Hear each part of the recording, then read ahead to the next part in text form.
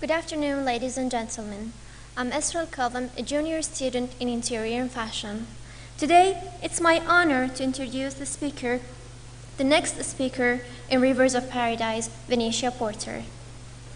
Dr. Venetia Porter is the curator of the Islamic and Contemporary Middle Eastern art collections in British Museum. She was previously the curator of the Islamic coins in the Department of Coins and Medals. Dr. Porter studied Arabic and Islamic art at Oxford University, and she obtained her PhD on the medieval history and architecture of Yemen from the University of Durham in 1992. Her researches and publications are focused on Islamic pottery, particularly Syrian pottery, Islamic tiles, coins, medieval history, and medieval Yemen, and currently on Islamic seals and amulets and contemporary art. She published many books such as Word into Art, Islamic Tiles, Medieval History, Syrian Pottery, and many others.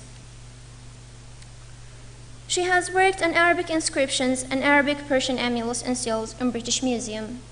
And she has curated many exhibitions all over the world in the past years. Today, Dr. Venetia's presentation is about mysterious inscriptions on frozen water, early medieval Islamic rocks, rock crystal seals. Ladies and gentlemen, let's put our hands together to welcome Dr. Venetia Porter.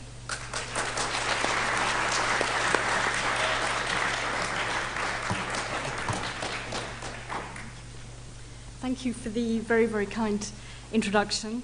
Good afternoon, everyone. It is such a pleasure to be here. I'd like to echo the words of my colleagues to thank you to VC, Virginia Commonwealth University, Qatar, I prefer to say it like that, for their hospitality, to Sheila and Jonathan for inviting me to participate in this wonderful conference. Rock crystal in Arabic balur is a material which, when the classical authors such as Pliny began writing about it, they believed it to be frozen water.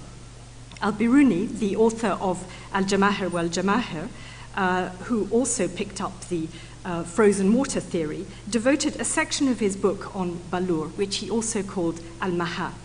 He said, "It is a word made up of ma, water, and hawa, air, the source of life, because they resemble each other in their lack of color.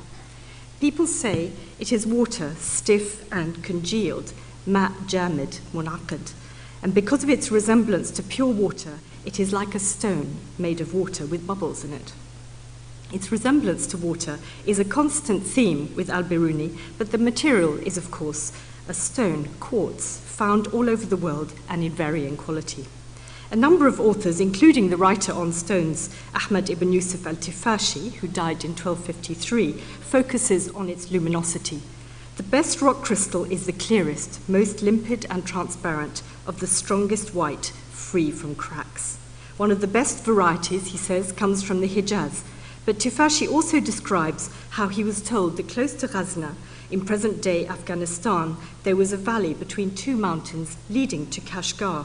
The mountains, he wrote, were made from rock crystal, which are cut at night because of the reflection from the stone, making it impossible to work during the day.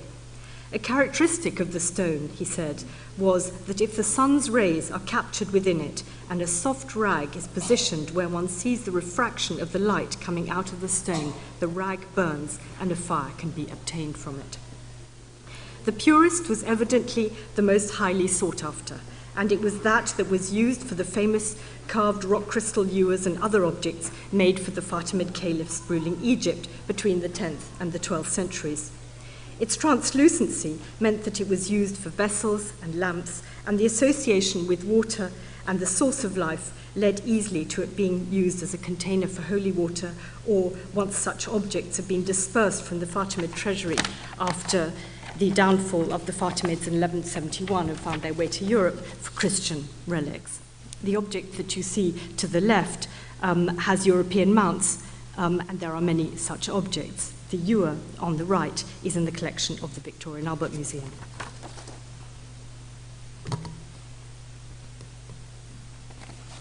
Already regarded as mysterious and precious, magical properties were also attributed to rock crystal, as they were indeed to many other stones, and there is a vast literature on this subject. And it was endowed with healing properties. Al-Qazvini, the author of The Wonders of Creation, tells us kings would have had vessels made out of it in the belief that drinking from it did you good, and it should be worn by someone who is suffering from toothache. Tufashi, the author of the book on stones I just mentioned, described how it would prevent nightmares. The 13th century Yemeni Rasul Sultan al-Muzaffar Yusuf, in his treatise on medicine, wrote that it was good for trembling and fever, only as far as it concerned boys for some reason. A woman should rub it over herself if her milk had turned sour. And for the condition which he describes produces a thick tongue and where someone's speech is impaired, what sounds a bit like a stroke, I think, it is ground and mixed with vinegar, salt, myrrh, saffron, and ammonia, and dissolved in honey and rubbed on the tongue. And finally, he says, if it's hung on the hip by a woman in labor, it helps with the pain. From this, it comes as no surprise that rock crystal was used for amulets. There are examples engraved in positive, that is, that you can read them straight off, with a variety of inscriptions and from different periods. The piece at the top is a very small little amulet in the British Museum. It just has a single word, al-Ali there, al-Ali, you can see at the top. The piece on the bottom, and I apologize for the color of it, is in the collection of Derek Content, and it has the Ayatul Kursi engraved all around it. There are amulets which list the names of the 12 Shia imams. An example is at the top there on the right, and a very interesting large pendant was published by Sheila Blair, dated by her to the 10th century, and it's in the Abegg Foundation in Switzerland, which is inscribed, O God, through the righteous Imam and the immaculate forefathers, give health to the sick servant, Ali ibn Rizbih al-Farisi. It's quite rare that we have amulets on which the function is inscribed so clearly. Most amulets are inscribed with verses from the Quran and benedictory phrases, and probably had generalized protective function.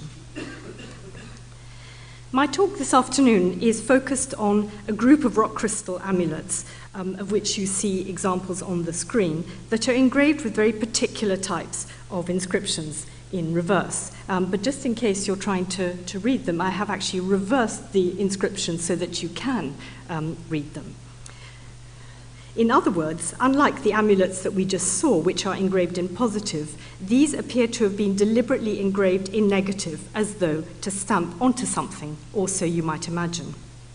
For the most part, the inscriptions are obscure, with strings of Arabic letters, with the occasional legible word or phrase interspersed. At the top of the triangular example on the left is the word Subhanak, and this is why it's so wonderful coming to conferences, because I had a marvelous conversation at coffee break with Nabil Safwat and Mohammed Zakaria about this phrase, Subhanak, which is difficult to translate, but loosely it's in praise of God, and it seems that it was used very early on before the Basmala.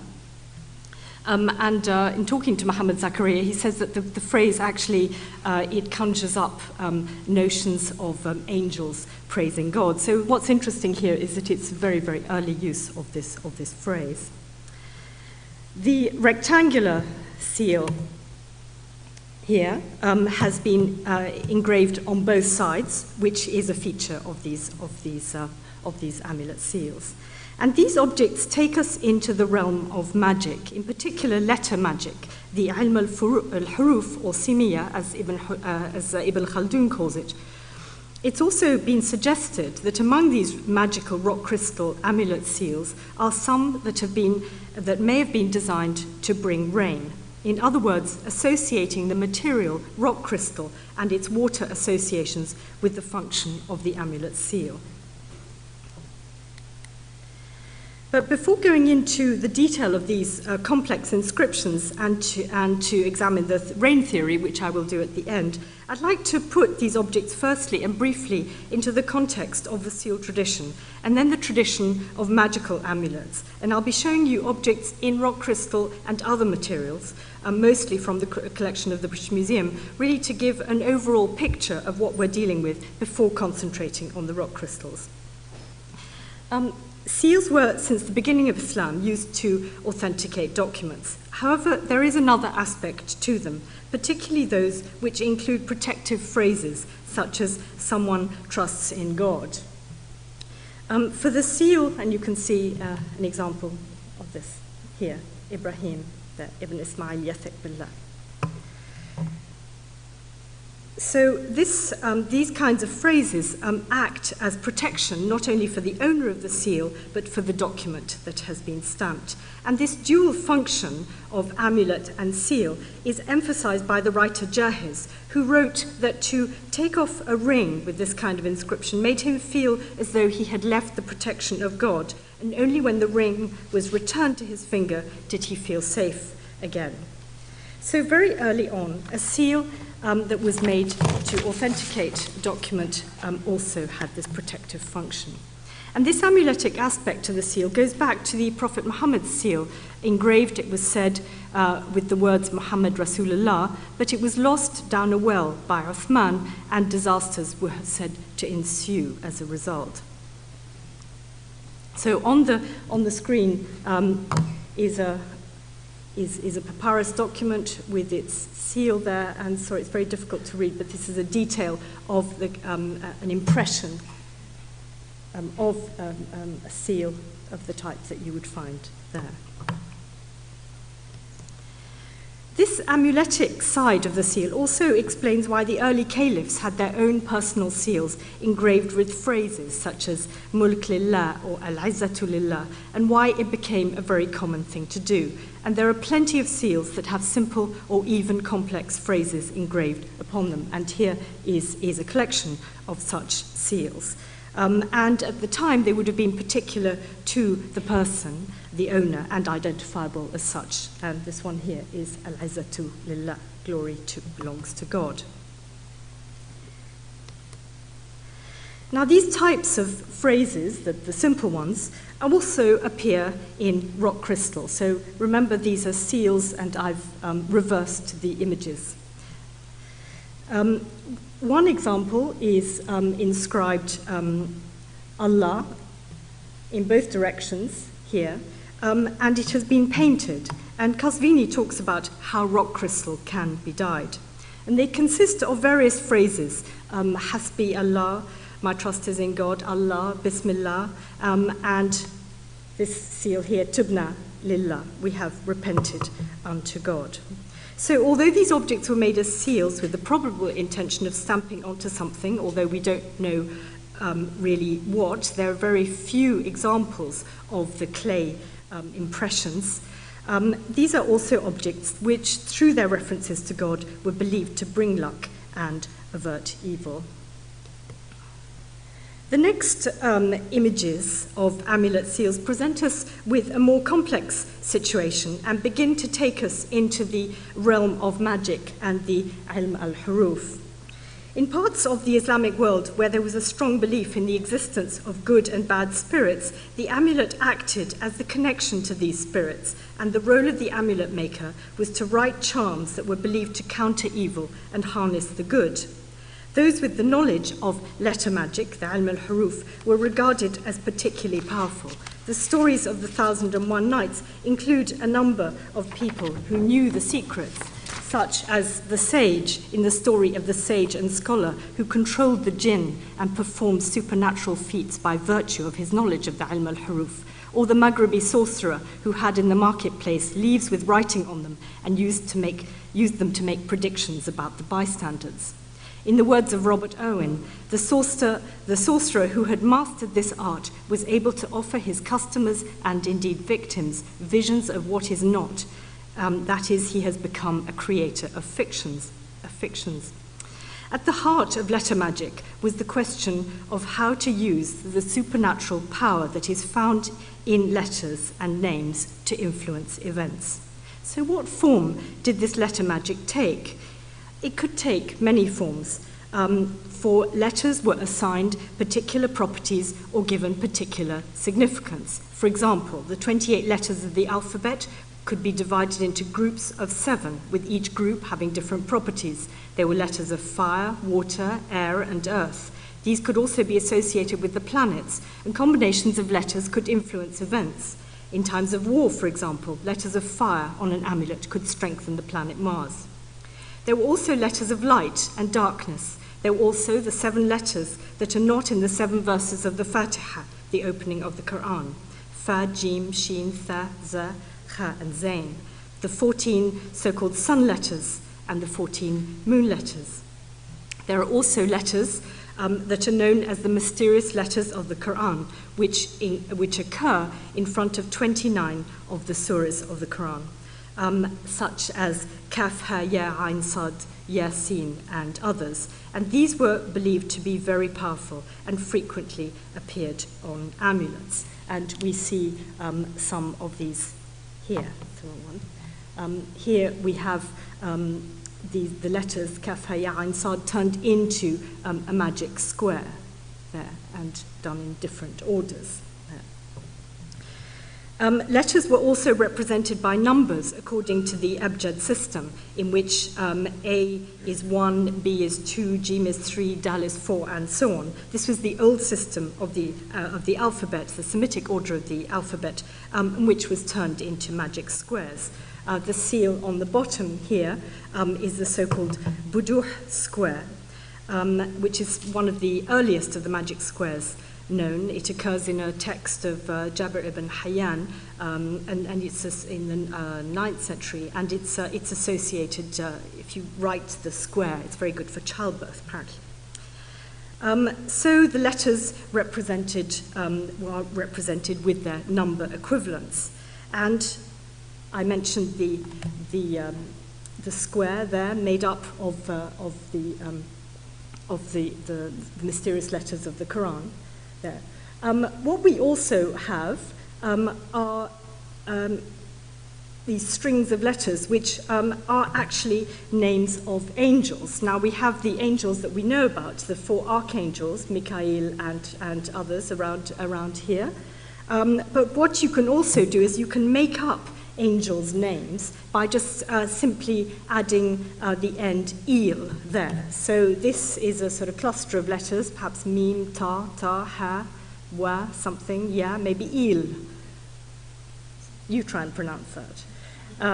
And then similarly here, and then il there. This one also has them, but mysteriously, the il, it's very hard to see. The il is actually in the middle there, and then there seems to be something else going on.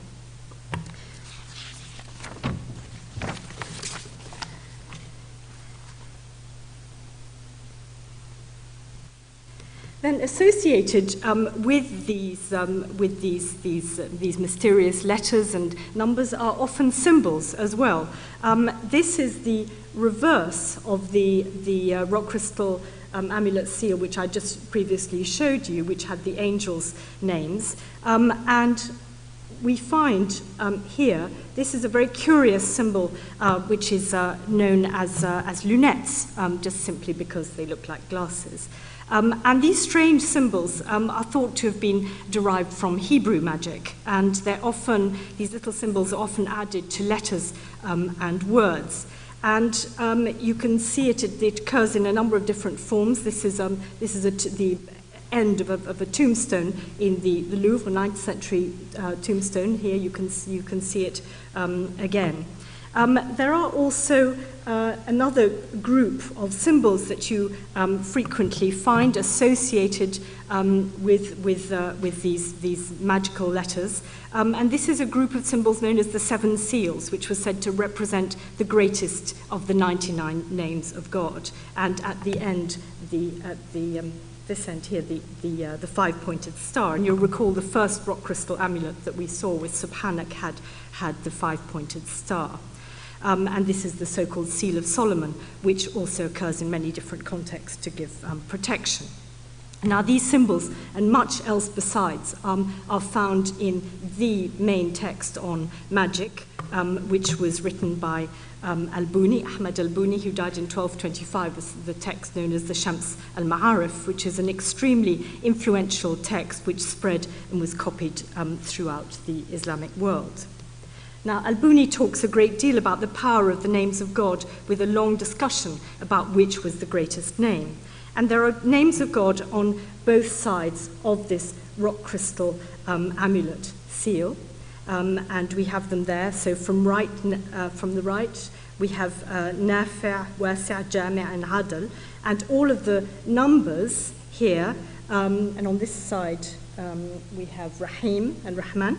And on this side, all the numbers in all directions add up to 556, which is what you get by adding up the number equivalent of those names. It can drive you mad, actually, working on magic squares.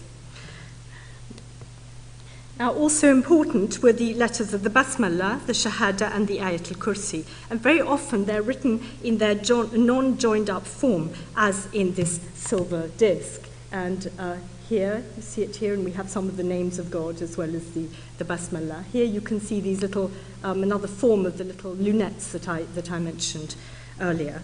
And to show you how this tradition continues, this is a paper amulet from Yemen, probably 19th or early 20th century. And you can see how it's become very, very schematized. But still, the point is that when you have letters individually, they are supposed to be rather more powerful than when you put them together. We move now to the strings of letters, and it's clear that they appear on a range of amulets and also magic bowls and other magical objects that I haven't unfortunately got to show you. But what characterizes them all really is the style of the script, which we'll look at in detail in a moment. But this is a nephrite seal, amulet seal, very, very scratchy script with just these strings of letters here, just about recognizable, but they could be each one could be a number of different things. Underneath is this one here, made of hematite, and occasionally when I look at it, I think, perhaps that's Al-Mulk, but then it transforms itself into something else. On the back of it is this very interesting little group of three figures here. This one is a bronze ring. It looks it's part of a ring. It looks very, very much worn, but you can see that the letters which have become extremely schematized now. I've deliberately been showing you amulets from a variety of materials, including rock crystals, because one of the inevitable questions will be how the rock crystal inscriptions on how the inscriptions on rock crystals actually differ from those on other materials. In other words, are they distinctive enough to be defined as a separate group? And I will return to this point in my conclusion. It's important to recognize that these inscriptions have a long history on objects in other materials. And this is an example of a magical papyrus in the collection of papyri at Princeton, which they date very loosely between the 6th and the 9th century. And you can see many of the forms that we're beginning to recognize here, sort of open, and I'll talk about those in a moment. And you can see again this tradition continuing. It's another of the paper amulets from Yemen, and although the style has become a lot more cursive now, you can see the same kind of things going on. You can see those symbols that I alluded to earlier.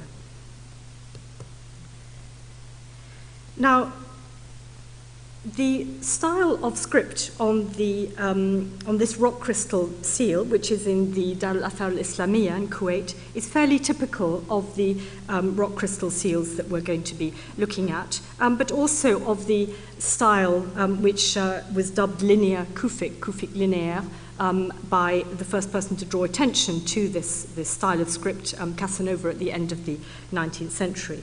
And it's unpointed, with a large proportion of the style of the letters in very early styles. So the ha with the triangular ha, and the ha coming down there. What's nice about this one is that you can almost feel the hand of the seal engraver. You can see how he did those letters there, and then he did the line there. And they would have used a bow drill, and this is a much later example of a bow drill from the 17th century. So, as I mentioned, many of the forms of the letters do have much earlier precedents from the early Islamic period, really, from the 7th and 8th centuries. And I'm sorry, this really shouldn't be quite so yellow. It's an inscription on a rock in Saudi Arabia, and sorry, it's very difficult to see, but things like that ha there's a ha somewhere there. This is a drawing of the famous dam of Abd al-Malik, and I did it as a drawing because some of these early features can be seen here, that ha again, and the kaf and so on. And this is a rock crystal seal. You can see some of these letters here paralleled. But the difficulty often with undated objects is that they may be using a style which looks early, but of course you don't know how long exactly those kinds of styles continued, particularly when you're dealing with magic.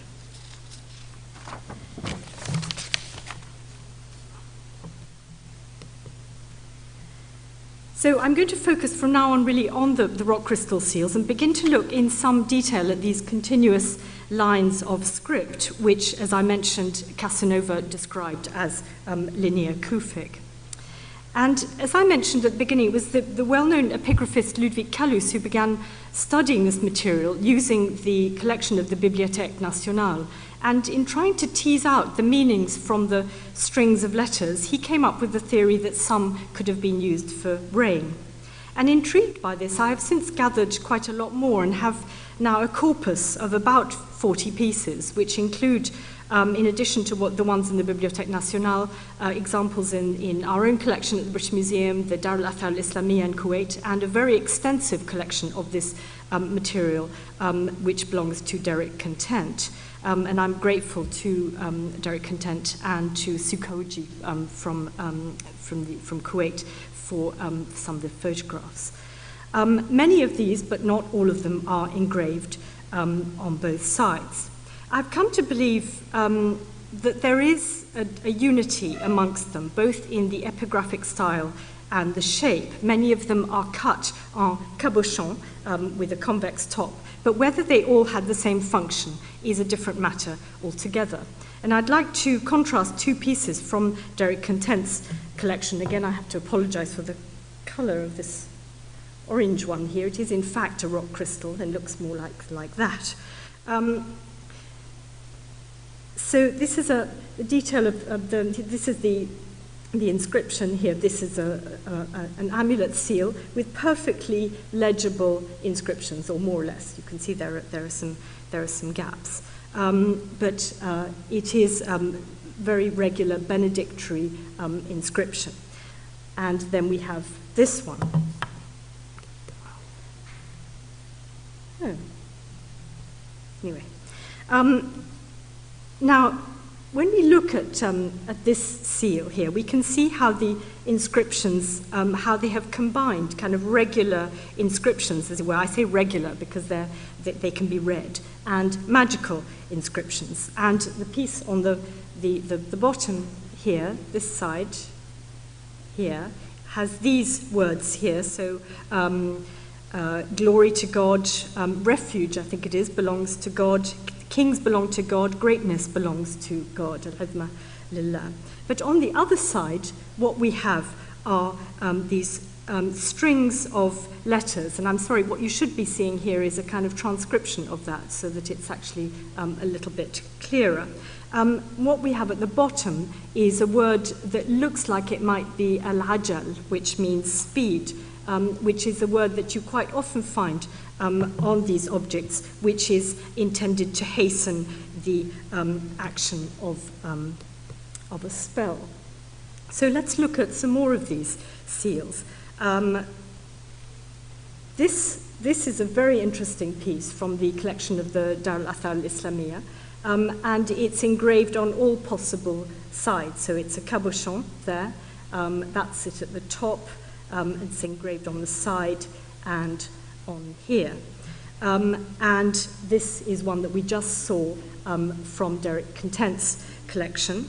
And so what we have are strings of letters and occasionally individual letters that are just repeated. So Sad there repeated, and then what might be J or Hay even, one of the names of God.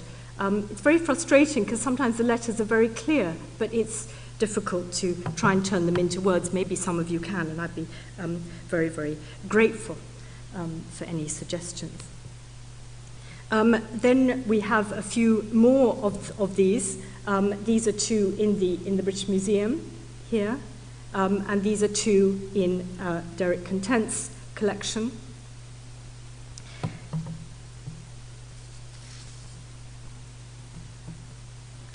And this is an extremely interesting one in the collection of the British Museum, which looks as though it may be an ancient seal that has been recut in Islamic times. This is quite common. We do find a number of seals, ancient Iranian, Roman, which have got Arabic inscriptions put at a later date.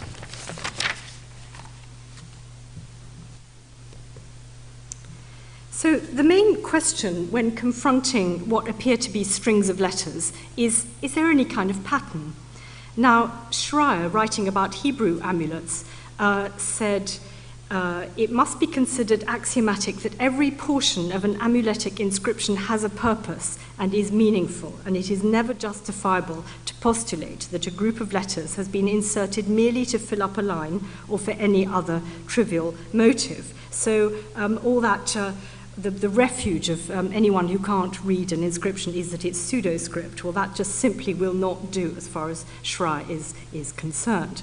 But what we can observe with these objects is that the letters are, of course, consonants, and they don't really make up words very easily. That within the strings of letters, two groups. I'm still working my way through all of these, but two groups have kind of jumped out at me. Now, I don't know what's happening here. This didn't happen, Jonathan, yesterday.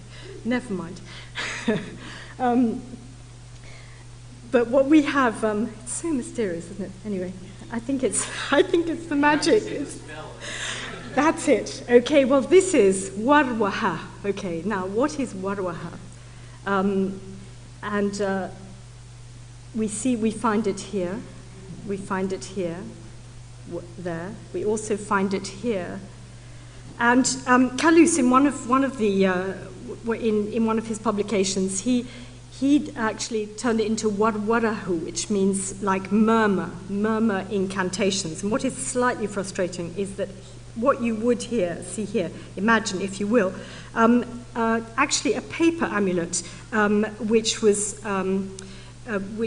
in Tawfiq Kanan's book, in which he had what looked like exactly the same configuration of letters, but which were in fact yawudduhu, from the phrase, it's part of a paper amulet charm, from the phrase, they, as in the jinn, should not come near him, injure or hurt him. Now, I'm not saying that this is yawudduhu, but it's just to highlight the degree of difficulty that we have in trying to work on this material. The second configuration of letters can be found with this group this kaf, ha, ya, ain, and then sin, ta, maybe ha, alif, possibly dal here.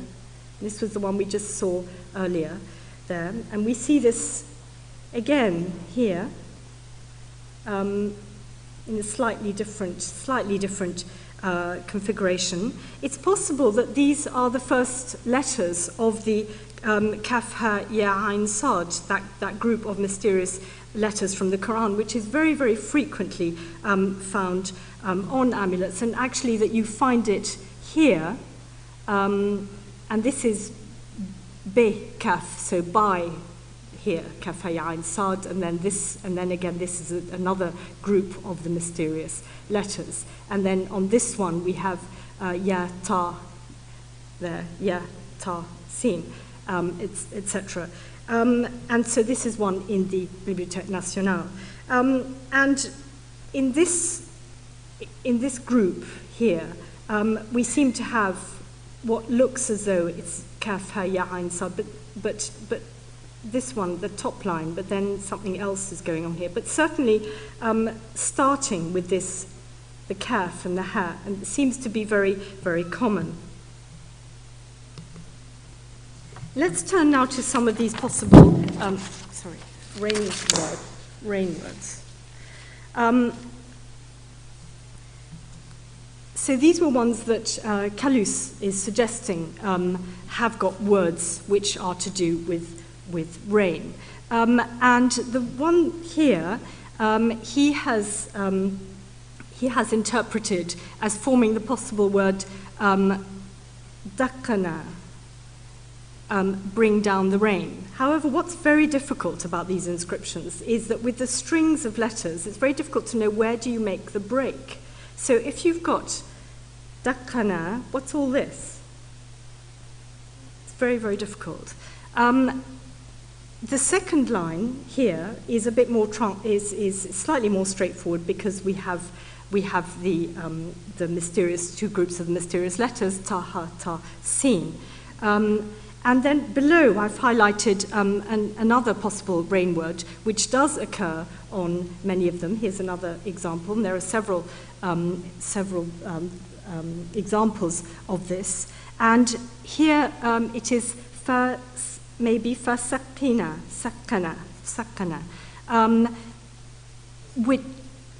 yes, but it should be askina, which is the imperative of bring us rain.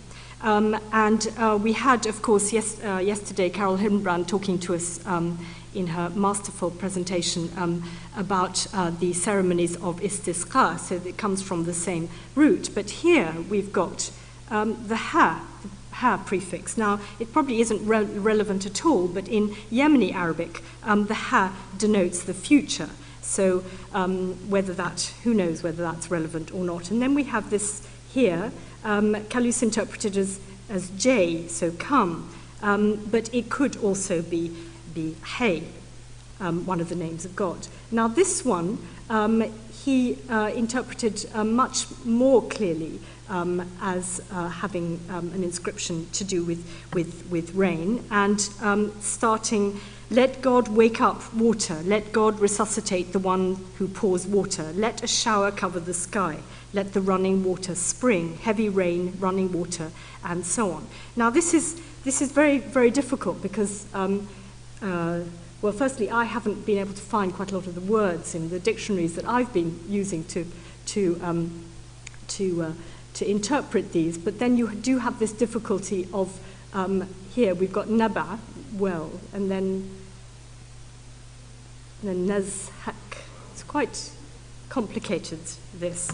All but 2 of the 20 seals studied by Callus are rock crystal and have these kinds of words. The other are glass and carnelian. Of the further 20 that I'm still studying, unfortunately, I've not so far been able to find these same words, but as I've said, I'm still working my way through them.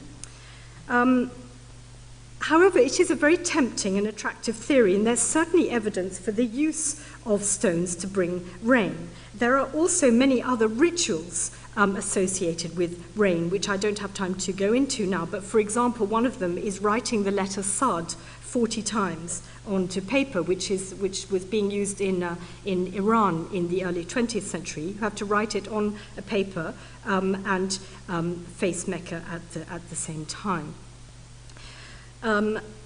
Doutet, in his Magie et Religion, a comprehensive book on magical practices in North Africa in the 20th century, observed that in Fez and elsewhere, they put 60,000 pebbles in 60 sacks, which were carried in a procession, the pebbles representing earth hardened in the rainy season. Qazvini, writing in the 13th century, describes a stone which he called the Hajar al-Matar, and he says that it's brought from the land of the Turks, and it's of various colors. If it or any part of it is placed in water, the sky clouds over and it rains. Sometimes it hails or snows. So there is definitely evidence for the use of a rainstone of some kind. In an article on this subject, Keprulu, writing in 1925, had gathered references mentioning the use of a green stone described as a yat or a yada, associated with rainmaking, which clearly was some kind of jade or nephrite. And testifying to what is clearly an ancient practice, a pyramid-shaped green jasper with red flecks was discovered at the site of Giorkala in Merv at 2nd century levels and was identified as such as a rainstone by the Russian excavators. A story from the time of Tamerlane in the late 14th century recalls how Timur captured a Yadachi who had apparently caused great storms which hampered his army. Once he was executed, the storms stopped. There's only one author who refers to an inscribed stone in the context of rainmaking. In the Majmu' al-Tawarikh wal-Qiyas, written in 1126, in a chapter on the Turks, again it's always in that context that we're finding them, but referring to much earlier times, he says, in the land given by Noah to Japhet, water was scarce, and Japhet asked Noah to teach him a prayer to obtain rain. Japhet then engraves his prayer onto a stone, which he then wore around his neck as an amulet. Possession of the stone, of this particular stone, was fought over later in battles between the Oghuz and the Turks. So on the basis of this, it's perfectly possible to have stones inscribed with particular phrases or incantations for the purposes of rainmaking in the way that there are stones for healing. And it may be significant that this amulet seal from Derek Content's collection does have a hole through it in the middle, and it obviously was worn. And then just to be a complete maverick, I just put that one on the other side there because that's another stone altogether that was clearly worn, and what was that for? So in conclusion, let me try and draw some of these complex threads together. The first question is, can we accept the rock crystals as a group? And my feeling is that while the linear Kufic style does appear on other amulets and on other objects altogether, that there is enough similarity in terms of the style of these rock crystal amulet seals and configurations of the letters and the shapes of the stones to suggest that we are broadly dealing with one category of material, but which may not all have had the same function. If we accept them as a group, is it possible to suggest where and when they were made? The problem of the where is that none of the rock crystals that I've been looking at have records of where they were acquired. They are in museum collections or private collections with no information that comes with them, and none that I know of have turned up in excavation. For the when, this is just as difficult. I would suggest that we are looking at perhaps between the 8th and the 10th century.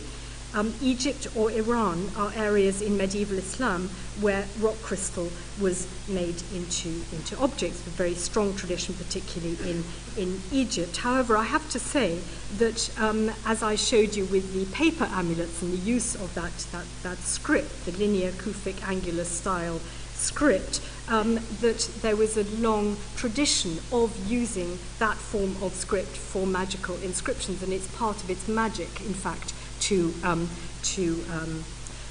use an early script. The fact that they are in reverse, does that mean that they were necessarily stamped onto something? Or is it that being in reverse lent them a mysterious aura? As to their purpose, it's clear from the sources that stones were used to bring rain. However, it's not clear to me that these stones were rock crystal. It surprises me that the key writers on stones, Tifashi, Al-Qazvini, and particularly Al-Biruni in his treatise on rock crystal, should not mention rock crystal in that context.